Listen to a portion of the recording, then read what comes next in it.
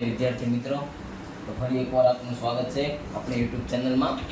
આજે આપણે ભણવાનું છે ધોરણ 10 વિષય વિજ્ઞાન ચેપ્ટર 5 જૈવિક ક્રિયાઓ. જૈવિક ક્રિયાઓમાં આપણે આગળ ભણ્યા પોષણ, શ્વસન. રેડી? આજનું કામ છે આપણે વહન ભણવાનું છે. વહન, ટ્રાન્સપોર્ટેશન. પોષણ, શ્વસન. પોષણ ભણ્યા, પછી શ્વસન, અને હવે છે વહન. રેડી? પોષણમાં આપણે શું ભણ્યા કે ભાઈ કઈ રીતે ખોરાક લે છે, પોષણ લે છે. શ્વસનમાં તો ભાઈ જે ખોરાક લીધો છે એનું પાચન, એનું વિઘટન કઈ રીતે થાય છે. તો કે ઓક્સિજનની હાજરી હોય છે, તો ભાઈ એ ઓક્સિજનની હાજરી માટે શું થાય છે, શ્વસનની ક્રિયા. એ ઓક્સિજન આપણે લઈએ છીએ, CO2 સજીવ બહાર કાઢે છે. હવે એ જે ઓક્સિજન લઈ લીધો છે આપણા ક્યાં છે, ફેફસામાં. ફેફસામાં પણ ક્યાં છે, તો કે વાયુકોષમાં. એ વાયુકોષમાંના જે ઓક્સિજન આવ્યો છે એનું પરિવહન થાય છે, અથવા બીજા જે જરૂરી એવા જે ન્યુટ્રિયન્ટ્સ કહેવાય છે આપણા શરીરને, એનું જે પરિવહન થાય છે એ કોના દ્વારા થાય છે, ન્યુટ્રિશન્સનું પરિવહન. તો કે ભાઈ રુધિર, બ્લડ. રેડી? આના દ્વારા થાય છે. તો ભાઈ બ્લડમાં આપણે જોયું તો બ્લડ કેવું હતું, તો કે ભાઈ આલ્કલાઇન હતું, એસિડિક તો બ્લડ હતું નહીં. હવે તો કે ભાઈ આ રુધિરની અંદર જે પરિવહન થાય છે એને આપણે સમજવાનું છે. ચાલો તો એને સમજીએ. તો કે મનુષ્યના શરીરમાં રુધિર કયા કયા દ્રવ્યોનું વહન કરે છે. તો કે મનુષ્યના શરીરમાં રુધિર કયા કયા દ્રવ્યોનું વહન કરે છે. એના શરીરમાં રુધિર કયા કયા દ્રવ્યો નું વહન કરે છે. આનો જે આપણે જવાબ લખીશું એમાંથી તમારે MCQ માં આવી શકે છે, અથવા શોર્ટ ક્વેશ્ચન 2 માર્ક્સમાં પણ પૂછી શકે છે કે ભાઈ મનુષ્યના શરીરમાં રુધિર કયા કયા દ્રવ્યોનું વહન કરે છે. રેડી? અથવા ભાઈ મનુષ્યના શરીરમાં રુધિર કોનું કોનું વહન કરે છે, રુધિરમાં શું વહે છે, આ રીતે પૂછી શકે છે. હવે આમાં છે કે ભાઈ મનુષ્યના શરીરમાં રુધિર કયા દ્રવ્યોનું વહન કરે. તો પહેલા આપણે આના માટે સમજવું પડે રુધિર, પછી આવે દ્રવ્યો.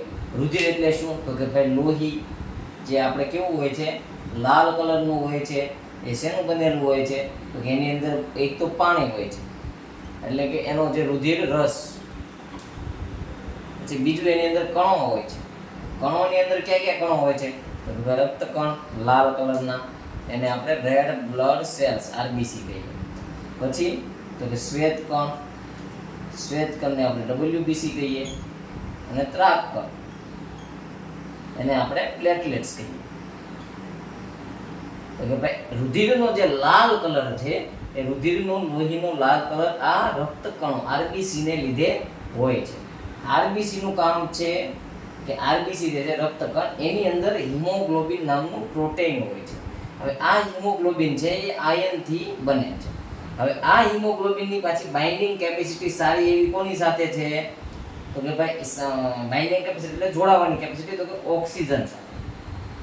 સમજ્યા? એટલે રુધિર જે દ્રવ્યોનું વહન કરે છે એ દ્રવ્યોમાં ઓક્સિજન તો એક છે, પણ એ ઓક્સિજનનું જે વહન થાય છે એમાં મોટો ભાગ ભજવે છે રુધિર. પણ રુધિર એ ભાગ કોના લીધે ભજવે છે, તો કે એ એના રક્તકણને લીધે ભજવે છે. રક્તકણને RBC કહેવાય. હવે રક્તકણ તો આવી ગયું, એને જેવો આપણે ફાડીએ તો કે ભાઈ રક્તકણમાં શું છે, હિમોગ્લોબિન. હિમોગ્લોબિન, આયન, આ બધાની કેપેસિટી છે ઓક્સિજન સાથે બાઇન્ડિંગ કરવાની. હવે પછી રુધિર છે જે લોહી, એ શું છે, તો કે એ કોષ છે, પેશી છે કે અંગ છે. તો કે ભાઈ કોષની વ્યાખ્યા શું હતી, પેશીની વ્યાખ્યા શું હતી, અંગની વ્યાખ્યા શું હતી. તો કે ભાઈ રુધિર છે એ પેશી છે. આપણા શરીરની અંદર રુધિર પેશી, કારણ કે એ બહુ બધા કોષોમાંથી બને છે. આ રક્તકણો છે, શ્વેતકણો છે, આ બધા કોષોના તે પ્રકાર છે. રેડી? તો કે ભાઈ જો રુધિર એક પ્રવાહી સંયોજક પેશી છે. જો આવ્યું ને, પ્રવાહી સંયોજક પેશી. પ્રવાહી એટલે શું, તો કે લિક્વિડ ફોર્મમાં હોય એ પ્રવાહી. સંયોજક એટલે શું, કે મળીને બનેલી પેશી. સંયોજક પેશી છે. રેડી? આયોજન થઈને બનેલી પેશી. રુધિરમાં એક પ્રવાહી માધ્યમ હોય છે જેને રુધિર રસ અથવા પ્લાઝ્મા કહેવાય છે. તો અહીંયા આવ્યું રુધિર રસ અથવા પ્લાઝ્મા કહેવાય છે, કહે છે. તે કોષો નિલંબિત હોય છે. કોષો પાછા કેવા હોય છે, નિલંબિત હોય છે. એટલે કે અલગ અલગ પડી શકે છે. પછી રુધિર રસ, પ્લાઝમા, ખોરાક એટલે કે પોષક દ્રવ્યો, કાર્બન ડાયોક્સાઇડ, નાઇટ્રોજન યુક્ત ઉત્સર્ગ પદાર્થોનું દ્રાવ્ય સ્વરૂપે વહન કરે છે. તો જો રુધિર છે ને, રુધિર રસ, રુધિર માનો રુધિર રસ કોનું કરે છે? તો કાર્બન ડાયોક્સાઇડ. પછી પોષક દ્રવ્યો ક્યાં? કે જે આપણે પેટમાં ખાધું, મોટા આંતરડા નાના આંતરડામાં શોષણ થયું, એ બધું જાશે ક્યાં? લોહીમાં. એટલે એનું પોષક દ્રવ્યોનું વહન કરે છે, કાર્બન ડાયોક્સાઇડનું વહન કરે છે. પછી બિનજરૂરી જે દ્રવ્યોને ઉત્સર્ગ માર્ગ દ્વારા એનો નિકાલ કરવાનો છે, ઉત્સર્જન કરવાનું છે, એવા દ્રવ્યો, તો એવા દ્રવ્યો નાઇટ્રોજન યુક્ત હોય છે, એ દ્રવ્યોનું પણ વહન કરે છે. હવે આ નાઇટ્રોજન યુક્ત જે દ્રવ્યો છે, તો એ ક્યાં? એમોનિયા વાળા ક્યાં દ્રવ્યો? તો કે આપણા શરીરની અંદરથી, માનો કે જે આપણે લઘુશંકા પીપી કરીએ છીએ, જે આપણું યુરિન હોય છે, એ નાઇટ્રોજન યુક્ત હોય, એની અંદર અમોનિયા પણ હોય છે. હવે જ્યારે માનો કે જે આપણે જોઈએ કે જાહેર મૂત્રળીઓમાં સ્મેલ આવતી હોય, એ સ્મેલ એમોનિયાની હોય છે. કારણ કે જે છે આપણા યુરિનમાં, મનુષ્યના રુધિરમાં નાઇટ્રોજન યુક્ત પદાર્થો હોય છે, એમાં મોસ્ટ ઓફ યુરિયા હોય છે. તો આ યુરિયા છે એ રુધિરમાં હોય છે, કારણ કે જે કોષોએ કાર્ય કર્યું છે એની બાય પ્રોડક્ટ તરીકે વધારાના જે ભાગ બનેલો છે એના સ્વરૂપે એ આપણા શરીરમાં લોહીમાં તે પરિભ્રમણ પામે છે. પછી લોહીમાંથી પરિભ્રમણ પામતું એનું ફિલ્ટ્રેશન ક્યાં થાય? તો કે ભાઈ કિડનીમાં ફિલ્ટ્રેશન થઈ ગયું. એનું ફિલ્ટ્રેશન એટલે શું? ગાળણ થઈ ગયું. એટલે એમોનિયા વાળા જે કોઈ પણ આપણા શરીરના ઉત્સર્ગ દ્રવ્યો હતા એનું ત્યાં ફિલ્ટ્રેશન થઈ ગયું. ફિલ્ટ્રેશન થઈને એ મૂત્રાશયમાં ગયા. મૂત્રાશયમાં સ્ટોરેજ થયા. પછી આપણને જે સમય લાગ્યો ત્યારે મૂત્ર દ્વારા એનો નિકાલ કર્યો આપણા શરીરે. રેડી? એટલે આ રીતે માનો કે જે આપણા જે મનુષ્ય રુધિરમાં શું શું વહે છે? તો એક તો પોષક દ્રવ્યો, રેડી? પછી કાર્બન ડાયોક્સાઇડ એટલે ઓક્સિજન પણ એનું એમાં વહન થાય જ છે દ્રવ્યો. ઓક્સિજનનું પણ વહન થયું. પછી કોનું થયું? તો ભાઈ નાઇટ્રોજન યુક્ત ઉત્સર્ગ દ્રવ્યો. રેડી? એટલે યાદ રાખવાનું, એક તો આપણા લોહીમાં પોષણ હોય છે, કાર્બન ડાયોક્સાઇડ હોય છે, ઓક્સિજન હોય છે, અને નાઇટ્રોજન યુક્ત ઉત્સર્ગ દ્રવ્યોનું પદાર્થોનું વહન થાય છે. ઓક્સિજન લાલ રંગના રુધિર કોષોમાં રહેલા હિમોગ્લોબિન સાથે સંયોજાય છે અને તેના દ્વારા શરીરમાં વહન પામે છે. ઘણા બધા અન્ય પદાર્થો જેવા કે ક્ષારનું વહન પણ રુધિર દ્વારા થાય છે. ક્ષાર એટલે વહન મોસ્ટ ઓફ માનો કે 5 વસ્તુ જોવાની. એક તો પોષક દ્રવ્યો, કાર્બન ડાયોક્સાઇડ ને ઓક્સિજન, નાઇટ્રોજન યુક્ત ઉત્સર્ગ દ્રવ્યો અને ક્ષાર. રેડી? એટલે આપણા લોહીની અંદરથી વહે છે. જ્યારે ક્યારે પણ પૂછે પછી એક છે રુધિર એ નીચેનામાંથી કયા પ્રકારની પેશી છે? તો કે સંયોજક પેશી છે. રેડી? એક સંયોજક પેશીનું પણ યાદ રાખવાનું આપણે, એ ઇમ્પોર્ટન્ટ વસ્તુ. પછી આપણે જે વહનમાં જોયું, પછી એમાં આગળ જોઈએ મનુષ્યના હૃદયની રચના વિશે સમજાવો. જો ભાઈ, હૃદય આવી ગયું ને, દિલ આવ્યું. રેડી? જો આ દિલ આવ્યું ને, આપણે આની વાત કરવાની છે, મનુષ્યના હૃદયની વાત કરવાની છે. હૃદય સમજાવવાનું છે કે ભાઈ કઈ રીતે કામ કરે છે, શું છે. તો કે આપણા શરીરની અંદર આવું દિલ હોતું નથી. પહેલાં તો આ દિલ છે ને એ ખાલી એક પેલી લવ લેંગ્વેજ માટેનું દિલ છે. આપણા શરીરનું જે હૃદય છે, માનવ હૃદય એ કેવું છે? તો કે ભાઈ જે કોઈ પણ માણસ છે એની મુઠ્ઠી જેવડું છે. આ મારી મુઠ્ઠી એવડી છે તો મારું હૃદય એવડું છે. તમારી મુઠ્ઠી જેવડી પણ હશે, તમારું હૃદય એવડું છે. એટલે કે ભાઈ સજીવની માનવ સજીવની મુઠ્ઠી જેવડું હોય છે. માનવ સજીવની મુઠ્ઠી જેવડું હોય છે હૃદય. રેડી? હૃદયનો કેવડો સાઈઝ પૂછે તો માનવ શરીરના મુઠ્ઠી જેવડું એનું હૃદય હોય છે, હાથની મુઠ્ઠી જેટલું. રેડી? કોનું? તો કે હૃદયની સાઈઝ છે. હવે હૃદયનું કામ શું છે? હૃદય છે પંપ આપણા શરીરમાં. શું કરે છે? પંપ. પણ આ પમ્પિંગનું કામ છે. પંપ છે, કામ કરે છે પમ્પિંગનું. રેડી? પમ્પિંગનું કામ કરે છે. કોનું પમ્પિંગ કરે છે? તો કે ભાઈ રુધિરનું. રુધિર પાછું કેવું આવ્યું? તો કે એની અંદર આપણે દ્રવ્યો સમજ્યા, દ્રવ્યો વાળા રુધિરનું. કયા દ્રવ્યો હતા શરીરને જરૂરી હતા? એ દ્રવ્યો. હવે તો કે આપણા શરીરની અંદર હૃદય, પહેલા તો પંપ છે ક્યાં આવેલો છે? તો કે છાતીમાં આવેલો છે. છાતીમાં કઈ જગ્યાએ આવ્યો છે? તો કે ભાઈ ડાબી બાજુ આવેલો છે. રેડી? પંપ. હવે છાતીમાં એટલે કે આપણા જે આમ શરીરના ઉપરના ભાગમાં આવેલો છે. તો એનું કામ શું છે? કે ભાઈ આ માનવ છે, જે કોઈ પણ આ મનુષ્ય બન્યો. રેડી? અહીંયા એની છાતી છે. અહીંયા હૃદય છે. તો હવે અહીંયાથી હૃદયનું કામ છે કે લોહીનું પમ્પિંગ કરવાનું. આખા શરીરમાં પરિવહન કોણ કરાવે છે? હૃદય. તો હૃદયની અંદર પણ પરિવહન કરાવવા માટે કંઈક મિકેનિઝમ હશે, એટલે કે કંઈક એની કાર્યપ્રણાલી હશે. તો અહીંયાથી એનું કામ શું છે કે અહીંયા પગ સુધી અહીંયા લોહી પહોંચાડવું, પાછું અહીંયાથી પાછું હૃદય સુધી લોહીને લઈ જવું. એવી જ રીતે મગજમાં પહોંચાડવું, હાથમાં પહોંચાડવું, આખા શરીરમાં લોહી પહોંચાડવું, પાછું ત્યાંથી લઈ જવું. સમજ્યા? હવે આ એકવાર લોહી પહોંચાડ્યું, પાછું ત્યાંથી બીજી વાર લઈ જવાનું. આ કામ હૃદયનું છે. હવે પહોંચાડવું શું કામ પડે છે, પાછું લઈ શું કામ જવું પડે? પહોંચાડવું એટલે પડે છે કે ભાઈ આપણે જોયું હતું કે ભાઈ જ્યારે ઉર્જા મુક્ત કરવા માટે વિઘટન થાય, કોષની અંદર પ્રક્રિયા થાય, જે કાર્બોનિક ગ્લુકોઝ છે એને તોડવાનો થાય, ત્યારે આપણે ઓક્સિજન વપરાય છે. તો કે આ કોષની ક્રિયા કરવા માટે ઓક્સિજન પહેલા મતલબ રુધિરને કોષો સુધી પહોંચાડવો પડે, પગ સુધી કે માથા સુધી કે કોઈ શરીરના કોઈ પણ ભાગ સુધી પહોંચાડવું પડે. પહોંચાડ્યો એટલે વિઘટન થઈ ગયું, વિઘટન થઈને ઉર્જા મુક્ત થઈ, પણ ઉર્જાની સાથે સાથે કાર્બન ડાયોક્સાઇડ પણ મુક્ત થાય છે. તો એ કાર્બન ડાયોક્સાઇડ જે મુક્ત થયો એ કોષને એની કઈ જરૂરત છે ને આપણા શરીર માટે એ ઝેર છે, તો એને શરીરની બહાર કાઢવા. એટલે એકવાર એને અહીંયા મોકલાયું ઓક્સિજન વાળું, પછી હવે અહીંયા જે CO2 ઉત્પન્ન કરી નાખ્યું આખા શરીર, એને પાછો લઈ જવાનું પમ્પિંગમાં લઈ જઈને ફેફસામાં લઈ જઈને CO2 છોડીને એને હવામાં છોડીને પાછું એને શુદ્ધ બનાવવું. આ કામ છે પમ્પિંગનું, રુધિરનું, હૃદયનું. હૃદય છે, હૃદયનું કામ શું છે કે બધીએ પરિવહન પહોંચાડવું. કોનું? લોહીનું. હવે એ લોહીનું પહોંચાડી તો દીધું, પણ ત્યાં જે એની ગંદકીની પાછી લઈ જાય. ટૂંકમાં આ કામ છે એનું સર્ક્યુલર મોશનમાં કામ ચાલે છે. એવું ખાલી કામ નથી પહોંચાડીને રાજા થઈ જાય છે, એને પહોંચાડી દેવાનું, પાછું ત્યાંથી લઈ લેવાનું. એટલે બેમાં કાર્ય કરવાનું. એક તો આ પહોંચાડ્યું, એક બીજું લીધું. રેડી? આ રીતે કામ બેવડું પરિવહન થાય છે. આને શું કહેવાય? બેવડું પરિવહન. એકવાર તો અહીંયા પહોંચાડવાનું, પછી અહીંથી પાછું લઈ જવાનું, આને કહેવાય બેવડું પરિવહન. એટલે આપણા હૃદયમાં બેવડું પરિવહન થાય છે. રેડી? હવે માનવ હૃદય છે, તો માનવ હૃદય પંપ, કોઈ પણ વસ્તુને પમ્પિંગ એટલે આમ દબાવીને આમ જે કરીએ એને પમ્પિંગ કહેવાય. આપણે ઘણી વખતે જોઈએ છે મોટરના પંપ હોય છે, તો એ પંપનું કાર્ય શું હોય છે? પાણીને ઉપર ચડાવવાનું, પાણીનો પ્રવાહ બનાવવાનો, એમાં પંપ છે. હવે પંપ કામ કરે જે કોઈ પણનું સંકોચન અને વિમોચન. સંકોચન એટલે ભેગું થવું, વિમોચન એટલે ખુલ્લું કરવું. આ વસ્તુ થાય ને તો એ વસ્તુમાં તમારે યાદ રાખવું, એની અંદર માંસપેશીઓ કાર્ય કરે. માંસપેશીઓ કાર્ય કરે એટલે ત્યાં સ્નાયુઓ હોય. સ્નાયુઓ હોય એટલે કે આમાં શું થયું? હૃદય એક સ્નાયુઓની બનેલી રચના થઈ કે ભાઈ જે સ્નાયુઓ છે, જે આપણે કહેવાય ને સ્નાયુ એટલે કે નસો છે, જે ત્યાં હૃદય પાસે જે કોષો છે, સ્નાયુમય કોષો, એ બહુ હાઈ લેવલના કેપેસિટીવાળા હોવાના છે. જે આપણે અહીંયા કોષ છે, જે મારી આ ચામડી માંસ બન્યું છે, આના કરતાં મારા હૃદય કે તમારા હૃદયની અંદર જે કોષોથી બન્યું છે ને એની પાસે એની કાર્યક્ષમતા વધારે છે.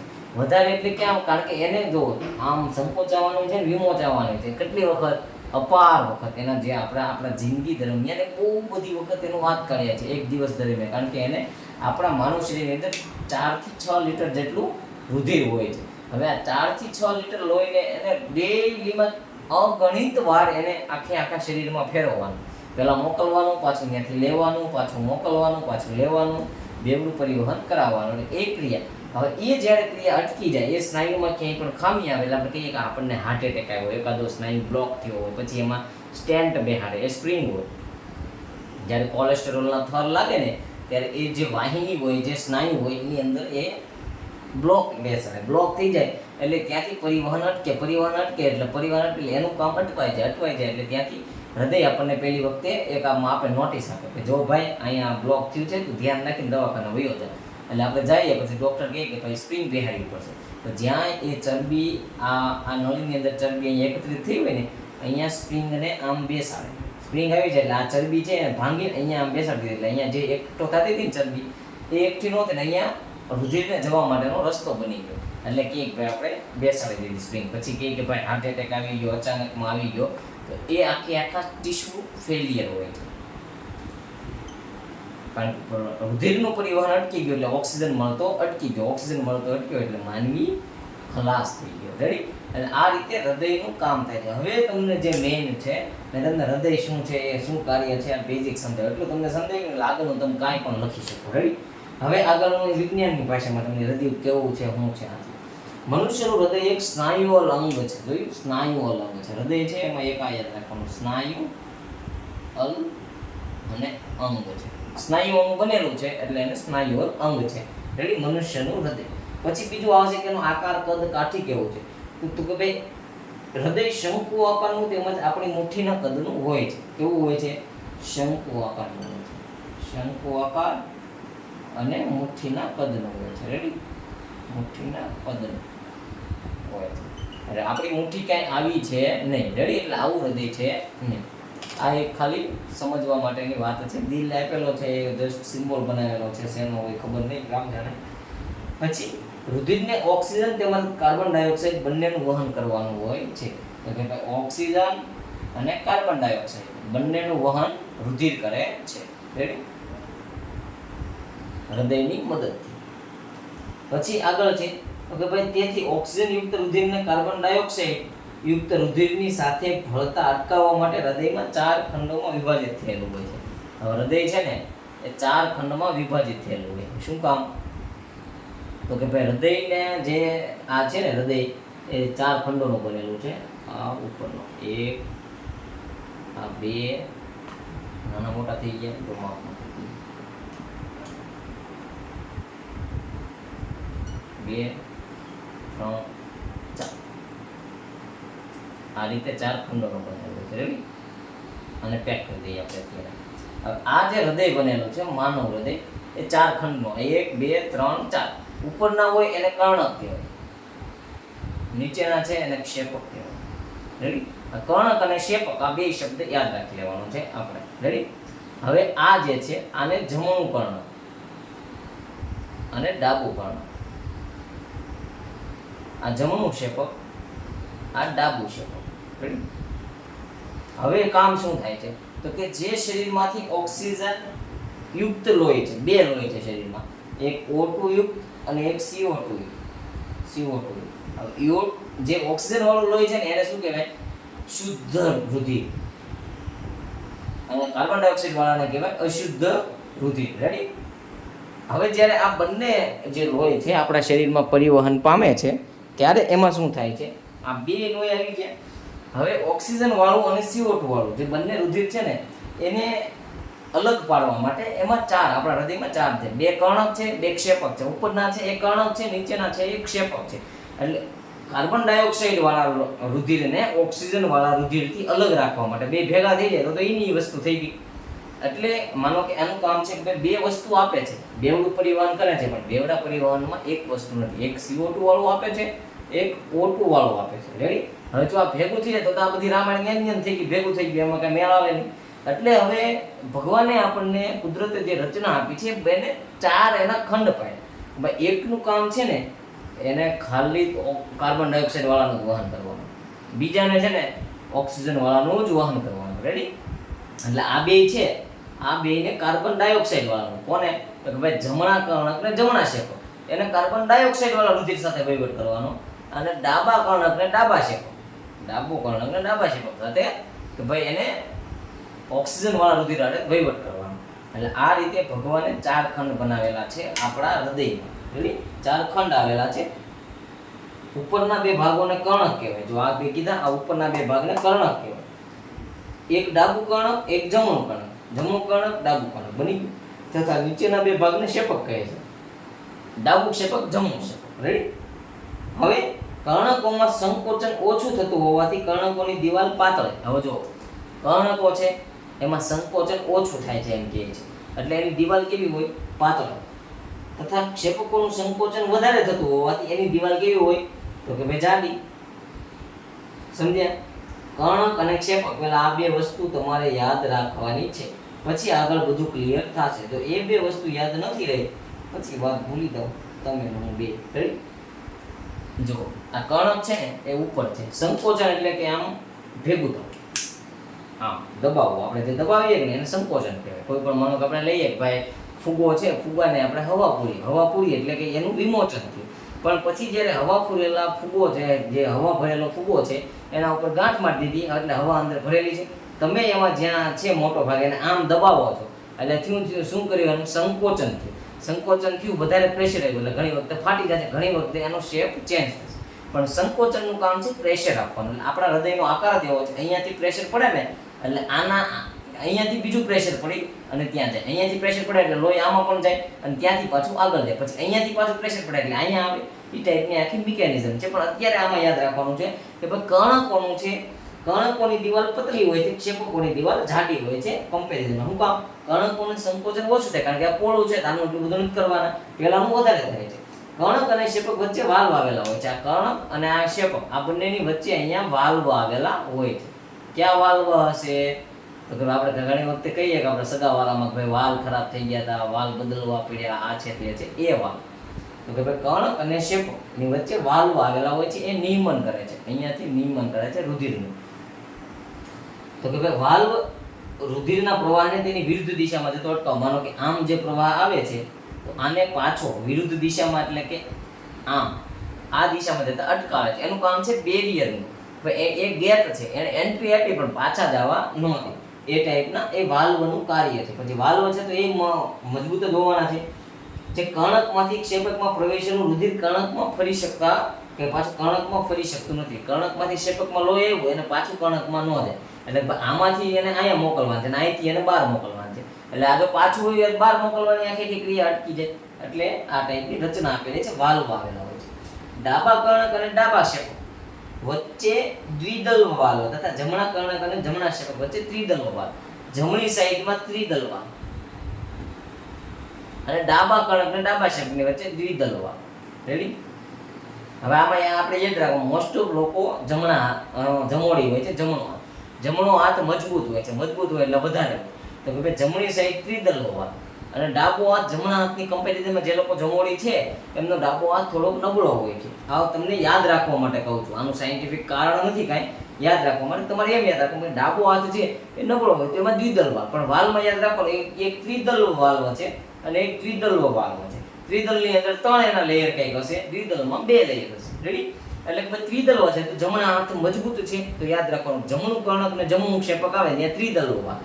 સમજ્યા? ડાબો હાથ છે એ થોડોક જમણા હાથની કમ્પેરિઝનમાં વીક છે તો ડાબુ કર્ણક ને ડાબુ ક્ષેપક આવે ત્યાં દ્વિદલ્વ વાલ્વ આવેલો છે. એટલે હૃદયની રચનામાં આપણે યાદ રાખવાનું છે. રેડી? ત્રિદલ વાલ્વ અને દ્વિદલ વાલ્વ આપણે આ સમજી ગયા. તો આપણું શું હોવામાં હતું? મનુષ્યના હૃદયની રચના. તો કે ભાઈ મનુષ્યનું હૃદય છે સ્નાયુલ અંગ છે, શંકુ આકારનું છે, મુઠ્ઠીના કદનું છે, ઓક્સિજન અને CO2 બંનેનું વહન કરે છે. રેડી? પછી તો કે ભાઈ એ જે હૃદય છે એની અંદર 4 ખંડો બનેલા છે. શું કામ? કે ઓક્સિજન વાળા હૃદયને કાર્બન ડાયોક્સાઇડ વાળા હૃદય સાથે મિક્સ ન થાય. હવે એ ખંડ ક્યાં છે? તો કે ભાઈ 2 કર્ણક છે, 2 ક્ષેપક છે. કર્ણક ક્યાં છે? ઉપરના ભાગના કર્ણક છે, ડાબુ કર્ણક અને જમણું કર્ણક. નીચેના ભાગના ક્ષેપક છે, જમણું ક્ષેપક, ડાબુ ક્ષેપક. પછી શું છે? તો કે ભાઈ જે કર્ણકો છે કર્ણકોની દિવાલ પાતળી છે કારણ કે એને સંકોચન એટલું હોતું નથી અને ક્ષેપકોની દિવાલ જાડી છે, એનું સંકોચન વધારે હોય છે. પછી જમણા કર્ણક અને જમણા ક્ષેપકની વચ્ચે દ્વિદલ્વ વાલ્વ આવેલા હોય છે, ડાબા કર્ણક ને ડાબા ક્ષેપકની વચ્ચે દ્વિદલ્વ વાલ્વ આવેલા છે. તો આ વાલ્વનું કામ શું છે? આ વાલ્વનું કામ એ છે કે ભાઈ કર્ણકમાંથી ક્ષેપકમાં જે રુધિર પ્રવાહ આવ્યો છે એ પાછો કર્ણકમાં ના જાય, એનું નિયમન કરવાનું કામ છે. રેડી? આ સાથે આપણા રુધિરની રચના પતી. હવે આપણે આગળ છે, આગળ પાછું હજી આવું જ આવે છે, જોઈએ. ચાલો આગળનો હવે આપણે ટોપિક છે ભાઈ રુધિર. મનુષ્યના હૃદયની અંતઃરચના દર્શાવતી નામ નિર્દેશ વાળી આકૃતિ દોરી તેમના રુધિરનું પરિવહન કરવાનું. બીજું છે માનવ હૃદયમાં રુધિર વહનનો પંથ વિગતે સમજાવો. તો કે માનવ હૃદયમાં રુધિર વહન. રેડી? આ ક્વેશ્ચન મોસ્ટ IMP છે, મોસ્ટ IMP ઇમ્પોર્ટન્ટ વસ્તુ છે. રેડી? મોસ્ટ ઇમ્પોર્ટન્ટ વસ્તુ છે. હવે માનવ હૃદયમાં રુધિરનું વહન, આને ગમે એમ તમને તોડી મોડીને પ્રશ્ન પૂછી શકે છે, પણ આને સમજવા માટે આગળ આપણે હૃદય સમજ્યા. ક્યાં સુધી સમજ્યા? તો ભાઈ હૃદયની અંદર 4 ખાના છે, કર્ણક અને ક્ષેપક, ડાબુ જમણું એમાં છે. સમજ્યા? કામ છે હૃદયમાં વહન. આ વહન માનવ હૃદયમાં રુધિરનું વહન કઈ રીતે થાય છે, માનવ હૃદયનું અંતઃ શું છે. પછી ઘણી વખતે આકૃતિમાં મેન્શન કરેલી હોય પ્રશ્નમાં તો આકૃતિ દોરવી, ન કરી હોય તો વાંધો નહીં. જો શરીરમાં કાર્બન ડાયોક્સાઇડ યુક્ત રુધિરને કાર્બન ડાયોક્સાઇડથી મુક્ત કરવા માટે હૃદયથી ફેફસા સુધી લઈ જવામાં આવે છે. જો કોષો જે હતા, માણસ આપણે દોર્યો, હવે અહીંયા છે, અહીંયાથી અહીંયા હૃદય આવ્યું છે, એની બાજુ ફેફસા છે. ઓક્સિજન ક્યાં છે તો કે ભાઈ ફેફસામાં, કારણ કે આપણે શ્વસનની ક્રિયાથી લીધો. હવે એને જ્યારે આપણે આ રુધિરને ઓક્સિજન વાળું કરવું છે તો શું કરવું પડે? કાર્બન ડાયોક્સાઇડ વાળા લોહીને ફેફસા સુધી પહોંચાડવું પડે. એક ઈ થયું. પછી હવે જે આપણા કાર્બન ડાયોક્સાઇડ વાળા લોહીને ઓક્સિજન વાળું કરી નાખીએ, પાછા કોષોને ઓક્સિજનની જરૂર પડશે, એને પાછું આપણે લાવવાનું કોષ સુધી. આને કહેવાય બેવડું પરિવહન. રેડી? બેવડું પરિવહન આ આપણા હૃદયમાં થાય છે. આગળનું આપણે સમજીએ તો કે ભાઈ ત્યારબાદ ફેફસામાં વાયુકોષ અને રુધિર કેશિકા વચ્ચે વાયુઓની આપ-લે થાય છે. ફેફસામાંથી ઓક્સિજન યુક્ત રુધિરને પાછું હૃદયમાં લાવવામાં આવે છે. તો કે ભાઈ ઓક્સિજન ક્યાં હતો? વાયુકોષમાં. તો કે ભાઈ વાયુકોષની ફરતે શું હતું? રુધિર કેશિકા.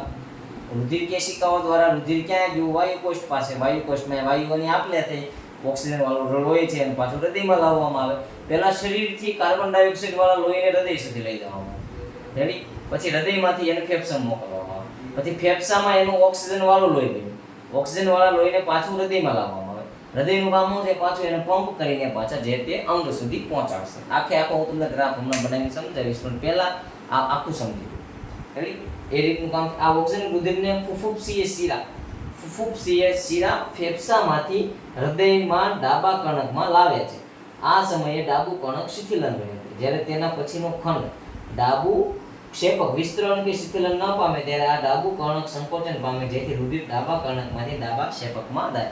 ડાબા કણકમાંથી ડાબા ક્ષેપકમાં રુધિર આવી જાય. હવે જ્યારે રુધિર ડાબા કણકમાંથી ડાબા ક્ષેપકમાં આવે છે ત્યારે પછી હવે જ્યારે ડાબુ ક્ષેપક સંકોચન પામે છે, નીચેનું ક્ષેપક જ્યારે સંકોચન પામે ત્યારે ઓક્સિજનયુક્ત રુધિર આરોહી ધમનીકાંડ મારફતે શરીરના વિવિધ ભાગોમાં દબાણપૂર્વક વહન પામે છે. ધમનીમાંથી એ શરીરના વિવિધ ભાગમાં ગયું ઓક્સિજન વાળું. ઉપરના ભાગે આવેલ જમણું કર્ણક જ્યારે વિસ્તરણ કે શિથિલન પામે છે ત્યારે શરીરના વિવિધ ભાગોમાંથી ઓક્સિજન વિહીન રુધિર જમણા કર્ણકમાં પ્રવેશે. જ્યારે એ શિથિલન પામે ત્યારે શરીરના વિવિધ ભાગોમાંથી કાર્બન ડાયોક્સાઇડ વાળું રુધિર એમાં પ્રવેશે છે. ત્યારબાદ જમણું કર્ણક સંકોચાય છે તથા તેની નીચેની ખંડ જમણું ક્ષેપક શિથિલન પામે છે અને કાર્બન ડાયોક્સાઇડ યુક્ત રુધિરને જમણા ક્ષેપકમાં સ્થળાંતરિત કરે છે. હવે જમણું ક્ષેપક સંકોચાય છે ત્યારે આ કાર્બન ડાયોક્સાઇડ યુક્ત રુધિર ઓક્સિજનીકરણ ઓક્સિજન પ્રાપ્ત કરવા માટે ફેફસામાં ધકેલાય, જે કાર્ય ફુફુક્ષીય ધમની દ્વારા થાય છે. અહીં બંને કર્ણકોના સંકોચન તેમજ બંને ક્ષેપકોના સંકોચન વારાફરતી થાય છે. પુષ્ઠવંશી પ્રાણીઓમાં પ્રત્યેક ચક્રમાં રુધિર 2 વાર હૃદયમાં આવે છે, તેથી એને બેવડું પરિવહન કહે છે. રેડી? આ સાથે હૃદયનું જે હતું એ આપણે લખવામાં પત્યું, સમજવામાં બાકી. જો એક તો રુધિર, પછી હજી એમાં બીજી 2 વસ્તુ સમજવાની છે આપણે કે ભાઈ રુધિર છે આપણે શરીરમાં 2 વસ્તુમાં પડે છે, એક તો ધમની અને બીજી શિરા. રેડી? આ 2 સ્નાયુઓ છે. ધમનીમાં ઓક્સિજન વાળું રુધિર વહન પામે છે. શિરામાં કાર્બન ડાયોક્સાઇડ વાળું રુધિર વહન પામે છે. એટલે કે આને બીજું પણ કહેવાય ઓક્સિજન વિહીન. રેડી? હવે આપણા શરીરમાં કેવું છે? શરીર બની ગયું છે, સમજવા માટે જો આ બની ગયું. રેડી? હા, આપણા શરીરમાં રુધિરનું વહન થાય છે ને, આપણે સમજતા હતા એક નસ, આપણે કહીએ એક નસથી નથી થતું. નસ 2 પ્રકારની છે. કઈ? એક ધમની છે ને એક શિરા. શિરાઓ વધારે છે ધમનીઓની કમ્પેરિઝનમાં. શું કામ? કારણ કે આપણે જો અહીંયા જોઈએ તો આ શિરા છે, આ ધમની નથી. અહીંયાથી આપણે લોહી લઈએ, આ શિરામાંથી લોહી લઈએ છીએ. જ્યારે રિપોર્ટ કરાવવા જઈએ ત્યારે આ ધમની નથી. ધમનીઓ આની અંદર આવે છે, ધમનીઓ ઊંડી હોય છે. રેડી? આ શિરા છે, કારણ કે બધી જગ્યાએ કોષોમાં એ જાય છે. શિરાની અંદર કાર્બન ડાયોક્સાઇડ વાળું રુધિર વહે, ધમનીમાં ઓક્સિજન વાળું રુધિર વહે. એટલું પહેલા તમારે ધમની અને શિરા યાદ રાખવાની છે. યાદ રાખી લીધી. પછી શિરા છે તો કે ભાઈ CO2 2 કી સંખ્યા છે, અહીંયા પણ 2 છે, 1 અને 2, એટલે યાદ રાખવાનું CO2 છે શિરામાં વહે, એટલે કાર્બન ડાયોક્સાઇડમાં CO2. ધમની છે આ 1 કી સંખ્યા થઈ ગઈ તો ઓક્સિજન 1 જ થઈ ગયો અહીંયાનો સિમ્બોલ, એટલે ધમનીમાં ઓક્સિજન વાળું રુધિર વહે. આ તમારે યાદ રાખવાનું છે. કોની અંદર કયું રુધિર વહે કન્ફ્યુઝ ન થતા. રેડી? શિરામાં તો કે કાર્બન ડાયોક્સાઇડ વાળું, ધમનીમાં તો કે ઓક્સિજન વાળું. શિરાઓ ધમનીઓની કમ્પેરિઝનમાં આપણા શરીરમાં વધારે છે. શું કામ? કારણ કે શિરાઓને આપણા કોષના છેલ્લા ભાગ સુધી, આપણા જે શરીરની આંગળી છે અહીંયા સુધી આવવાનું છે. પણ જે ધમનીઓ છે એ અંદરથી અહીંયા મોટી, પછી એની નાની થઈને ખાલી એકને જ ત્યાં જવાનું છે. પણ શિરાઓને બધી એટલે શિરાઓ વધારે છે. રેડી? ધમનીઓ આપણા શરીરની મોટી મોટી ધમનીઓ છે. એમાં ધમનીઓમાંથી એક અહીંયા હશે અંદર, એક આપણા જે ગરદનની પાસેથી નીકળે છે, એક આપણા જે હાથળ છે કે ને સાથળ ત્યાંથી નીકળે છે, હંમેશા પછી હજી લોહી લેવામાં, જે આપણે લેબોરેટરીના ટેસ્ટ માટે લોહી લઈએ એ શીરામાંથી લઈએ છીએ. જ્યારે ધમનીમાંથી લોહી લેવું હોય તો 101 ઇન્જેક્શનની સીધી નાખવી પડે, શીરામાં આપણને ત્રાસી નાખે. ધમનીની અંદર રુધિરનો પ્રવાહ બહુ હોય છે, એટલે ધમનીમાંથી જ્યારે ત્યારે પણ રુધિર લે કોઈ પણ ટેસ્ટ માટે, તો ધમનીઓમાંથી રુધિર પ્રવાહ વધારે એને વધારે દબાવવું પડે છે અને કોઈ એક્સપર્ટની મદદથી લેવાય છે. રેડી? હવે આપણે આ બે સમજ્યા, ધમની અને શીરા. ધમની અને શીરા સમજ્યા પછી જો આપણા રુધિરમાં બેવડું પરિવહન થાય છે. રેડી?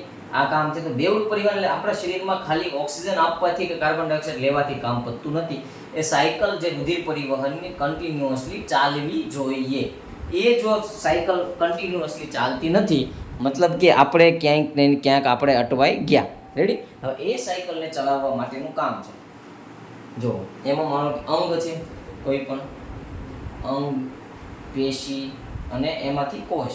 તો કોષમાં ક્રિયા થાય, કોષમાં ક્રિયા થઈ ત્યાંથી CO2 ઉત્પન્ન છે, CO2 ઉત્પન્ન છે. રેડી? તો એને ક્યાં જશે? તો રુધિર વાહિકાઓ દ્વારા એને આપણે પહેલાં લઈ જવાનો છે હૃદયમાં. આ CO2 ને હૃદયમાં લઈ જવાનો છે, જે ઉત્પન્ન થયો કે નહીં એને. હૃદયમાં ક્યાં જશે? એ પહેલાં આપણે હૃદયની રચના જોઈ હતી. તો એ રચના શું કહેતી હતી? આ હૃદયની રચના આપણને એમ કહેતી હતી કે એની અંદર 4 ભાગ છે, કર્ણક, ક્ષેપક ને એવા આપણે સમજ્યા હતા. રેડી?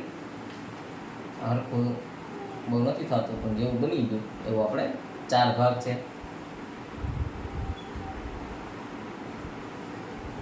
રેડી?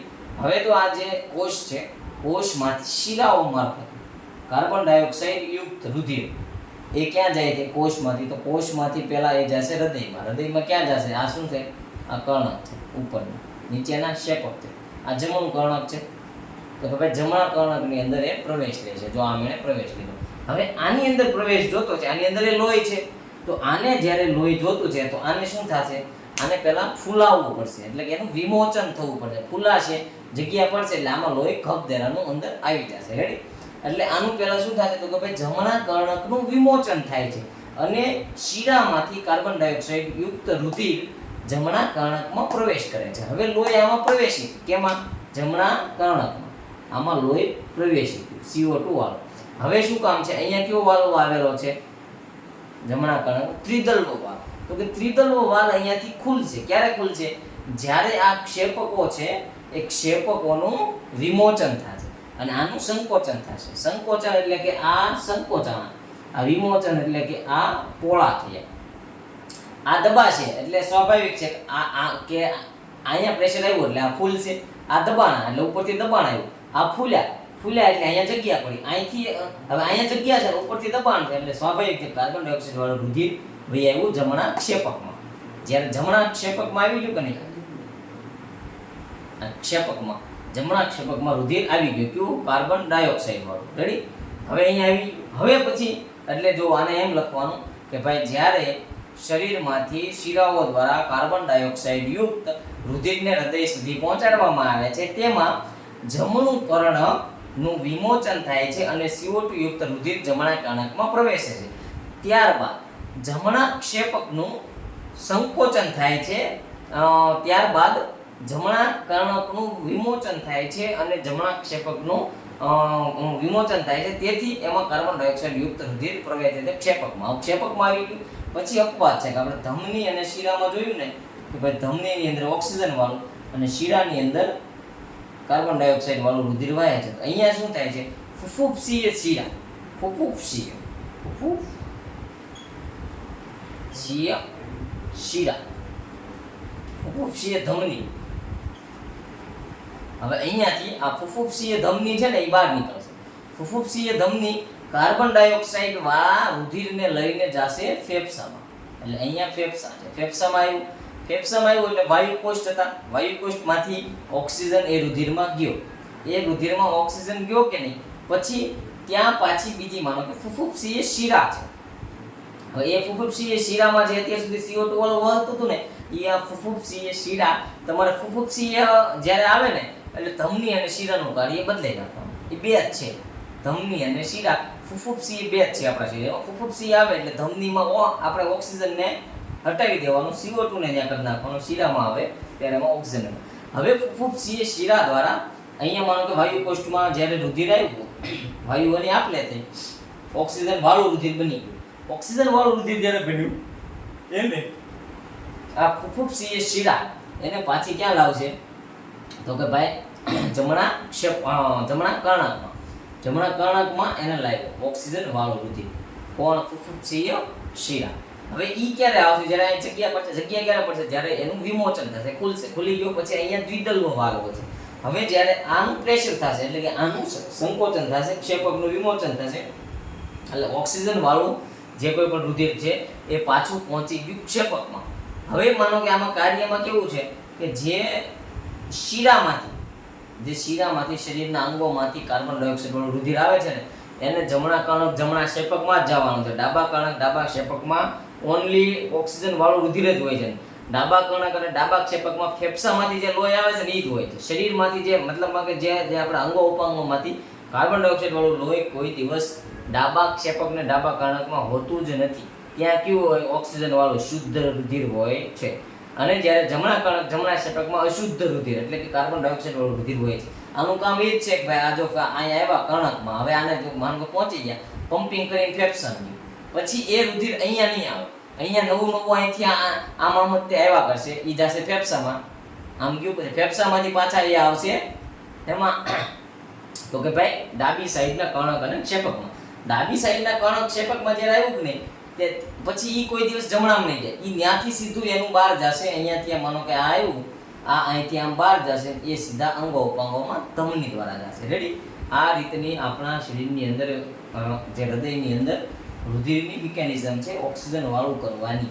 આમાં તમે સમજ્યા? આમાં જો બે વસ્તુ સમજવાની છે. શરીરના અંગોમાંથી જે કાર્બન ડાયોક્સાઇડ વાળું રુધિર હૃદયમાં જાય છે એ ત્યાંથી ફેફસામાં જાય છે. અને એ ક્યાં હોય છે? જમણી સાઈડ. જમણી સાઈડ એટલે કર્ણક અને ક્ષેપક, એ બેમાં કાર્બન ડાયોક્સાઇડ વાળું તે રુધિર હોય છે. ફેફસામાં ગયા પછી જમણા કર્ણક જમણા ક્ષેપકમાં ઈ લોહી નથી આવતું. પછી એ ફુફુક્ષીય શિરા દ્વારા એ ઓક્સિજન વાળું પાછું ડાબી સાઈડ આવે, ડાબા કર્ણકમાં ડાબા ક્ષેપકમાં. પછી ત્યાંથી પાછું એ બહાર નીકળે ને જે તે અંગ ઉપાંગોમાં ધમનીઓ દ્વારા એનું વહન થઈ જાય. રેડી? આ એટલું માનવ હૃદય. આમાં તમારે કામમાં એટલું યાદ રાખવાનું છે, ધમની શિરા શબ્દ યાદ રાખવાના. ધમની શિરા. રેડી? પછી રાખવાનું ધમની શિરા છે ફુફુક્ષીય ધમની અને ફુફુક્ષીય શિરા. રેડી? આ ચાર છે. પછી કર્ણક અને ક્ષેપક. રેડી? હવે કર્ણક અને ક્ષેપકમાં જો તમને ભૂલે જાય કે ઉપર કર્ણક આવે કે નીચે કર્ણક આવે તો એમાં કલમ ખટારામાં પેલો ક આવે હૃદયમાં એટલે ઉપર પેલા કર્ણક આવે, છેલ્લે ક્ષ આવે એટલે નીચે ક્ષેપક આવે. રેડી? આને તમે કલમ ખટારાની રીતે યાદ રાખી. કલમ ખટારામાં પેલો ક આવે. રેડી? એટલે પેલા કર્ણકને આપણે ઉપર સ્થાન આપી દેવાનું. આ એનું કર્ણક થઈ જાય. રેડી? ક્ષેપક કલમ ખટારામાં નીચે ક્ષ આવે, ક્ષેપક આવે એટલે નીચે ક્ષેપક. ધમની શિરા ફુફુક્ષીય ધમની ફુફુક્ષીય શિરા કર્ણક ક્ષેપક. હવે એમાં ડાબુ જમણું તો કે ડાબુ જમણું અને જમણું એટલા શબ્દ તમારે યાદ રાખવાના. પછી આનો બધા એમાં એક માય બાપ ઓક્સિજન યુક્ત અને ઓક્સિજન વિહીન રુધિર. પછી વાયુકોષ. એટલા તમારે શબ્દો યાદ રાખવાના છે. એટલા શબ્દો તમને યાદ રહી ગયા એટલે તમે એમ સમજી લો કે ભાઈ મારા માટે માનવ શરીરમાં રુધિર પરિવહનની આખી ઘટના હું સમજી ગયો. રેડી? ચાલો તો હવે આપણે આના પછી જે આ તો આપણે મનુષ્યનું હૃદય જોયું. તો માનો કે સજીવો છે તો બીજા સજીવોમાં હોય તો ખરું ને હૃદય. તો કહેવા જો મનુષ્ય, પક્ષીઓ, ઉભયજીવી સરીસૃપ તથા માછલી જેવા પ્રાણીઓમાં હૃદય કેવા પ્રકારનું હોય છે. રેડી? જોવો તો હવે આપણે માનો કે મનુષ્ય અને પક્ષીઓ. મનુષ્ય આપણે પક્ષીઓ હવામાં ઉડે, પક્ષીઓ ચકલી ફરર ઉડે ચકલી. રેડી? આ બંનેના હૃદય કયા પ્રકારના હોય છે તો કે ભાઈ આમાં જે છે કયા પ્રકારના, તો મનુષ્યનું તો આપણે જોયું 4 ખંડવાનું એવું હોય છે. જો મનુષ્ય જેવા પ્રાણીઓનું હૃદય જમણા તેમજ ડાબા એમ કુલ 4 ખંડોમાં વિભાજિત હોય છે. મનુષ્યનું છે એ જમણા અને ડાબા 4 ખંડમાં વિભાજિત હોય છે. રેડી? તો પક્ષીઓ છે, પક્ષીઓની કઈ કશે આ રીતે ઓક્સિજન યુક્ત અને ઓક્સિજન વિહીન રુધિરને મિશ્રિત થતું અટકાવવા માટે લાભદાયી છે.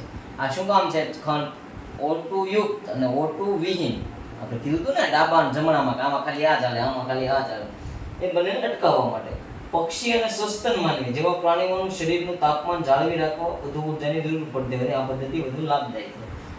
પક્ષીમાં પણ આપણી જેમ જ 4 ખંડ વાળું હોય છે.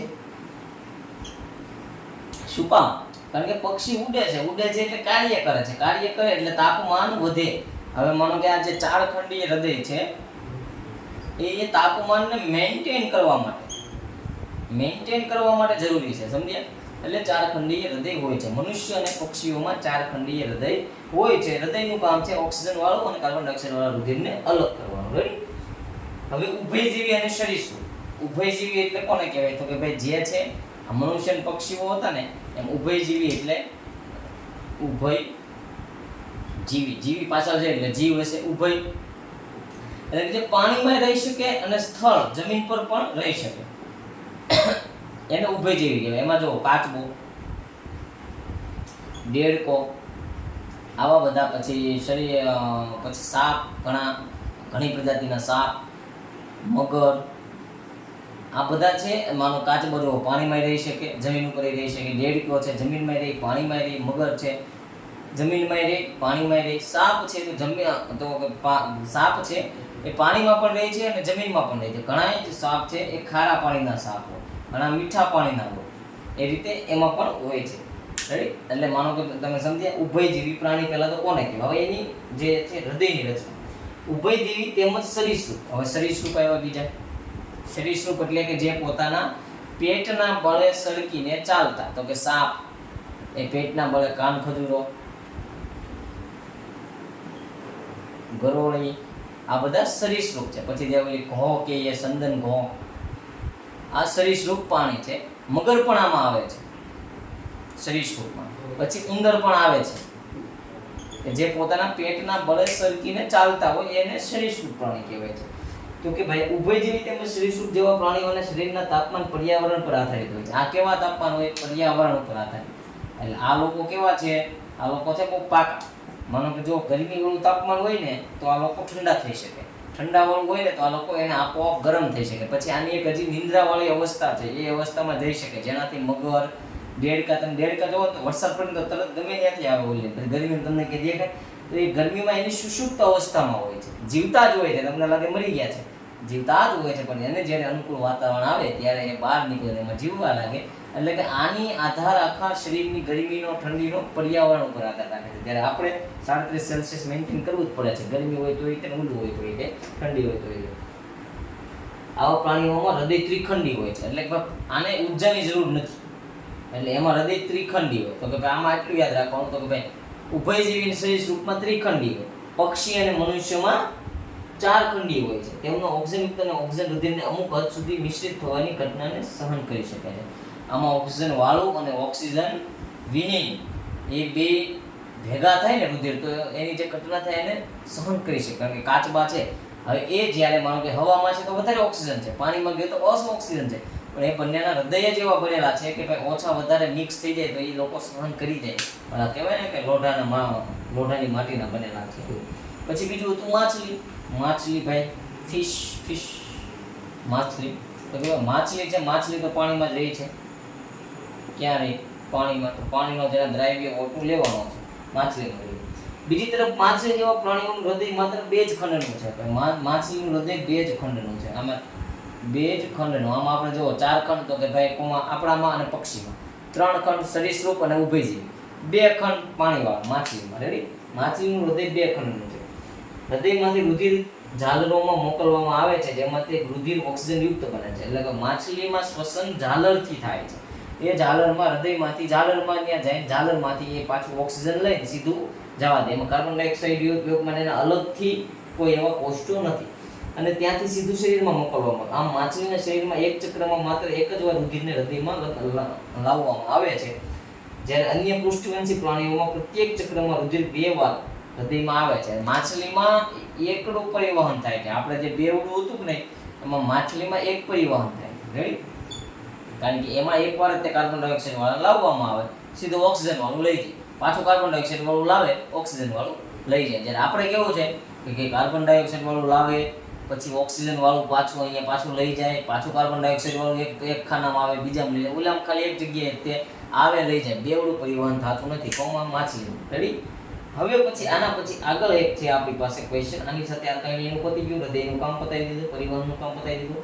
પણ એક વસ્તુ છે, એક પ્રશ્ન છે મારી પાસે કે ભાઈ એક છે આ આપણે જે આગળ ભણ્યા પોષણ શ્વસન, એમાં છે પ્રકાશ સંશ્લેષણ અને શ્વસનનો તફાવત. પ્રકાશ સંશ્લેષણ અને શ્વસન, આનો તફાવત પૂછે. રેડી? તો પ્રકાશ સંશ્લેષણ અને શ્વસન બેનો તફાવત કે પ્રકાશ સંશ્લેષણનો આપણને ખબર જ છે. પ્રકાશ સંશ્લેષણ શું છે? એટલે પોતાનો ખોરાક હાથે બનાવે છે, એટલે કે સ્વાવલંબી છે. શ્વસન છે એ સજીવોમાં થાય છે જે વિષમકોષી સજીવો છે અથવા વાયુઓની આપલે છે. રેડી? આ ક્રિયા લીલી વનસ્પતિમાં સૂર્યપ્રકાશની મદદથી થાય છે. તો કે ભાઈ આ કેમાં થાય? લીલી વનસ્પતિમાં જ થાય. સૂર્યપ્રકાશ જરૂરી છે, મદદથી પ્રકાશ સંશ્લેષણ થાય છે. જ્યારે શ્વસન છે, તો શ્વસન કેમાં થાય? બધા જ જીવંત કોષોમાં રાત દિવસ સતત ચાલે છે. જીવંત કોષો કીધા છે અહીંયા, જોજો, જીવંત કોષ. શ્વસનની ક્રિયા જીવંત કોષમાં થાય છે. મૃત કોષમાં શ્વસનની ક્રિયા થતી નથી, પણ મૃત કોષ પણ હોય છે. રેડી? હવે આગળ છે આ ક્રિયા હરિતકણો દ્વારા થાય. તો પ્રકાશ સંશ્લેષણ કોનાથી થાય? પ્રકાશ સંશ્લેષણમાં મહત્વ ધરાવે હરિતકણો. હરિતકણોનું હરિતદ્રવ્ય. શ્વસન કેમાં થાય છે? તો કે કણાભસૂત્રો અને કોષરસ. કણાભસૂત્ર શું છે? કોષનું પાવર હાઉસ. એટલે કણાભસૂત્ર તથા કોષરસ દ્વારા કોણ થાય? તો કે શ્વસનની ક્રિયા.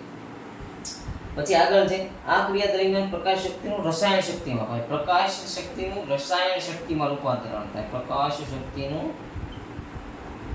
રસાયણ શક્તિમાં, એટલે કે શું બને છે? રસાયણ શક્તિ એટલે કે ગ્લુકોઝ બનાવીએ છીએ. શેમાંથી? ઓક્સિજન, કાર્બન ડાયોક્સાઇડમાંથી. સિમ્પલ ફોર્મ હતા એનું કોમ્પ્લેક્સ ફોર્મ બનાવીએ છીએ, ગ્લુકોઝ. જ્યારે આ ક્રિયા દરમિયાન રાસાયણિક શક્તિનું કાર્યશક્તિમાં, અહીંયા આપણે શું કરીએ છીએ? રાસાયણિક શક્તિ છે ને એનું કાર્યશક્તિમાં. કઈ રીતે? રાસાયણિક શક્તિ એટલે ગ્લુકોઝ, એનું આપણે કાર્યશક્તિમાં રૂપાંતરણ કરીએ, એટલે કે ઉર્જા મુક્ત કરીએ, આપણે હાથ હલાવીએ, પગ હલાવીએ, જે કંઈ પણ ક્રિયા કરીએ. આ ક્રિયા દરમિયાન CO2 અને H2O નું શોષણ થાય છે તથા O2 મુક્ત થાય છે. શેમાં? તો પ્રકાશ સંશ્લેષણમાં. CO2 પ્લસ H2O આનું શોષણ થયું અને ઓક્સિજન મુક્ત થયું. બન્યું શું? C6H12O6. રેડી? હવે આ બેની કેટલી માત્રા લેવાની? તો કે ભાઈ હાઇડ્રોજન આપણે 12 જોતા છે, કાર્બન 6 છે, એટલે આની 6 આની 12, એટલે પછી એ પ્રમાણે આગળ સેટ કરીશું. એટલે ઓક્સિજન ને એનું જે આપણે સમીકરણ સંતુલિત કરતા હતા એ રીતે અહીંયા જગ્યાનો અભાવ છે એટલે આપણે સંતુલિત નથી કરતા, પણ અહીંયા ઓક્સિજન મળે છે. જ્યારે શ્વસનની ક્રિયા દરમિયાન CO2 મળે છે. O2 નું શોષણ થાય અને CO2 અને ઉર્જા મળે છે. રેડી? CO2 અને H2 એટલે પાણી પણ મુક્ત થાય છે. અહીંયા જે વપરાતું હતું એ શ્વસનમાં મુક્ત થાય છે. પછી તેમાં સરળ અકાર્બનિક પદાર્થોનું જટિલ કાર્બનિકમાં, માનો કે આ જે સરળ હતા અકાર્બનિક નું જટિલ કાર્બનિકમાં, એમાં પ્રકાશ સંશ્લેષણ. જ્યારે અહીંયા જટિલ કાર્બનિકનું સરળ અકાર્બનિકમાં એની વિરુદ્ધ છે. આ જટિલ ગ્લુકોઝ જટિલ છે, જટિલ કાર્બનિકનું સરળ અકાર્બનિકમાં રૂપાંતરણ થાય છે. રેડી? હવે આનું સમીકરણ જો આ આવ્યું છે આગળ, તો કે ભાઈ 6 કાર્બન ડાયોક્સાઇડના અણુ લીધા. રેડી? હવે 12 પાણીના અણુ આવ્યા મૂળિયામાંથી.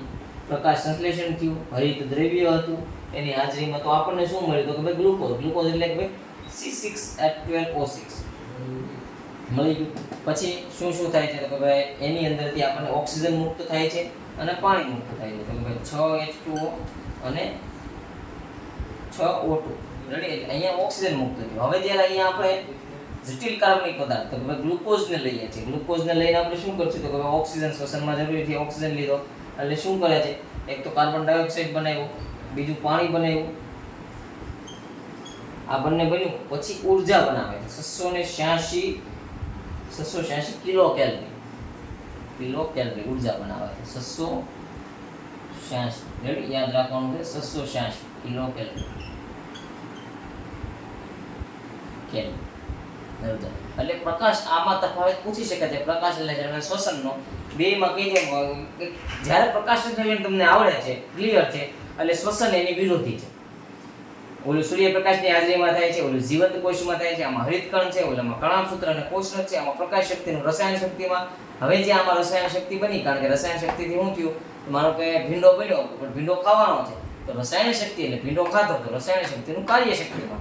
પછી એનું સમીકરણ છે કાર્બન ડાયોક્સાઇડ પાણીને લઈને શકે, અકાર્બનિક પદાર્થને જટિલ કાર્બનિકમાં ફેરવે. ઓલા પણ આવું છે, જટિલ કાર્બનિક ગ્લુકોઝ તો લઈ લીધો હતો, એને માનો કે એને સરળ અકાર્બનિકમાં ફેરવે, બેયને સમીકરણ લખી દેવાના. આ માર્ક્સ ઘણી વખતે 2 માર્ક્સને પૂછે છે, 4 માર્ક્સને પૂછે છે, મોસ્ટ આઈએમપી છે, આને યાદ રાખજો. તો આની સાથે આપણે આજનો આ ભાગ પૂરો કરીએ છીએ. અને ક્યાંય પણ અટવાણા હોય, ક્યાંય ન સમજાતું હોય તો શોર્ટ કોમેન્ટમાં કહેજો. અને આની સાથે એક તમને મફતની સલાહ આપું છું. સલાહમાં એવું છે કે જો કોઈ પણ વિદ્યાર્થી રોજનું તમે ખાલી એક તમારો એક સ્કેડ્યુલ બનાવો કે ભાઈ હું રોજ 5 પાના વાંચીશ, કોઈ પણ સબ્જેક્ટના વાંચો, સમાજના વાંચો, વિજ્ઞાનના વાંચો, ગણિતના વાંચો, પણ રોજ 5 પાના વાંચીશ, અથવા 15 મિનિટ વાંચીશ, અથવા 30 મિનિટ વાંચીશ, પણ એ રોજ વાંચવાનું. તમે આજે તમારો રોજ એક ક્રિયામાં તમે આનો ઉમેરો કરો. આ ઉમેરો કરશો તમને વર્ષના અંતે એનું બહુ સારું એવું રિઝલ્ટ મળશે. કે ને ટીપે ટીપે સરોવર ભરાય, એમ ટીપે ટીપે સરોવર ભરાય. તમને પહેલાં નથી સમજાતું તોય વાંચો, તમારી બુક પૂરી થઈ જાય પાછી બીજી વાર શરૂ કરો. આ તમને બહુ જ લાંબા ગાળા ઇફેક્ટ આપશે, સારું તમારું રિઝલ્ટ બનાવશે. તમે એક ખાલી રોજ 5 પેજ 10 પેજ યથાશક્તિ તમે વાંચો. આ તમારો એક નિત્ય ક્રમ બનાવો. આ જ્યારે તમે બનાવશો એટલે તમે આગળ જશો. ચાલો આની સાથે આપણો ભાગ પૂરો કરીએ. પાઠમાં થોડું હજી બાકી છે. અસ્તુ.